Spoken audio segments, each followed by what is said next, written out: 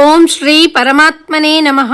శ్రీమన్నారాయణీయం. గురువాయుపురాధీశం విష్ణుం నారాయణం హరిం వాసుదేవం జగన్నాథం కృష్ణం వందే జగద్గురుం.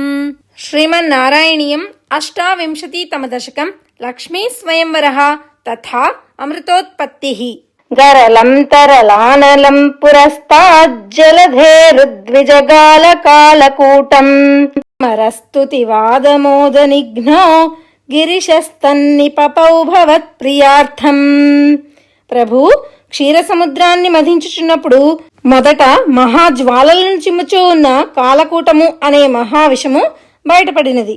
దేవతల స్తుతులకు సంతుష్టుడైన పరమశివుడు నీకు సంతోషం కలిగించుటకై ఆ మహావిషాన్ని స్వీకరించెను. విమథత్సుసురాసురేషు జాత సురభిస్తామృషిషు న్యధాస్త్రిధామన్ హయరత్నమభూదబ్ధే భరత్నం ద్యుతరుశ్చాప్సరసః సురేషు తాని.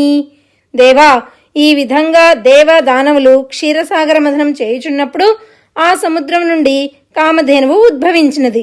జగన్నివాస, ఆ కామధేనువును నీవు మహర్షులకు వసిగితివి. ఆ తరువాత ఉచ్చైశ్రవము అనే గుర్రము, ఐరావతము అనే గజేంద్రము, కల్పతరువు, అప్సరసలు అందులో నుండి ఉద్భవించగా ఆ సమస్తమును నీవు ఇంద్రాది దేవతలకే ఇచ్చివేసితివి. జగదీశ భవత్పరాతదానీం కమనీయా కమలా బభూవదేవి అమలామవలోక్యయాం విలోలః సకలోపి స్పృహయాం బభూవలోకః. జగదీశ్వర, తరువాత సుందరియు మీ యందు అనురాగం కలది అయిన లక్ష్మీదేవి క్షీరసముద్రం నుండి ఆవిర్భవించినవి. మిక్కిలి సుందరమైన ఆ లక్ష్మీదేవిని చూసి చంచలమైన మనస్సుతో అందరూ ఆ దేవి తమకే కావలను అని భావించారు. త్వయి దత్త హృదే తదైవ దేవ్యై త్రిదశేంద్రో మణిపీఠికాం వ్యతారీత్ సకలోపహృతాభిషేచనీయైః ఋషయస్తాం శృతిగీర్భిరభ్యసించన్. దేవా, నీపై అనురాగము చూపుతూ ఉన్న ఆ లక్ష్మీదేవికి కూర్చునుటకు దేవేంద్రుడు వెంటనే మణిఖచ్చితమైన ఆసనమును ఏర్పరిచాడు. దేవతలు మొదలైన వారు తెచ్చిన జలములతో మునీంద్రులు వేదమంత్రములను పఠించుచు ఆమెకు అభిషేకము చేసిరి. అభిషేక జలానుపాతి ముగ్ధత్వదపాంగైరవభూషితాంగవల్లీం మణికుండల పీతచేలహార ప్రముఖైస్తామరాదయోన్వభూషన్. ప్రభు, మునీంద్రులు చేయు అభిషేక జలములతో పాటు ముగ్ధములైన నీ కటాక్ష వీక్షణములు కూడా ఆ లక్ష్మీదేవి యొక్క తను శోభలను ఇనుమడింపచేసినవి. పిదప దేవతలు మణికుండలములతోడను పచ్చని పట్టు వస్త్రములతోడను ముత్యాల హారములు మున్నగు వాటితోడను ఆమెను అలంకరించిరి. వరణస్రజమాత్త భృంగనాదాన్ దధతీ సాకుచ కుంభమందయాన పదశింజిత మంజును పురాత్వాం కలితవ్రీల విలాసమాససాద. ఆ లక్ష్మీదేవి తన చేతిలో వరమాలను ధరించింది. ఆ మాల యొక్క సువాసనకు ఆకర్షించబడి తుమ్మెదలు ఝుంకారం చేయుచూ ఉండెను. వక్షస్థల భారము చేత ఆ దేవి మెల్లమెల్లగా నడుచుచుండెను. పరమ సౌందర్యవతి అయిన ఆ దేవి నడుచుచున్నప్పుడు కాళ్లకు ఉన్న అందెల యొక్క రవములు మనోహరంగా వినిపించెను.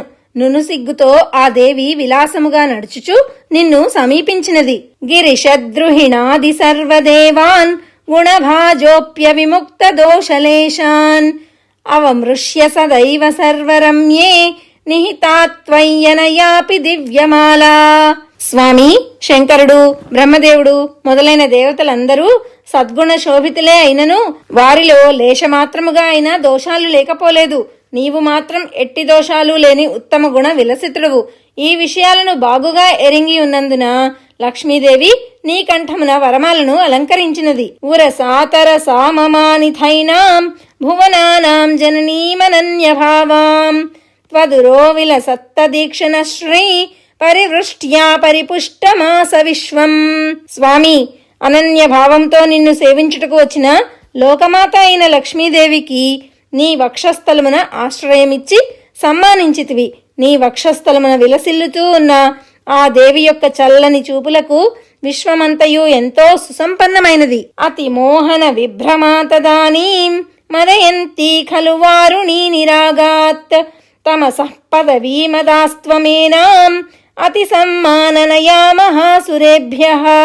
ఆ తరువాత తన విలాసముల చేత మిక్కిలి మోహింపచేసే వారుణీదేవి మదమత్తయై క్షీరసముద్రము నుండి ఆవిర్భవించింది.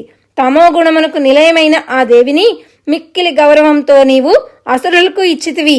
తరుణాంబుద సుందరస్తదాత్వన్నను ధన్వంతరిరుత్థితోంబురాశే అమృతం కలశే వహన్ కరాభ్యాం అఖిలార్తిం హరమారుతాలయేష.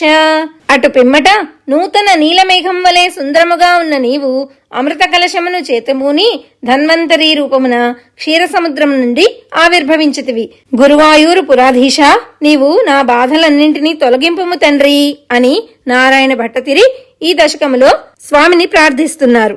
గోపికా జీవన స్మరణం గోవింద గోవింద నారాయణ అఖిల గురో భగవన్నమస్తే.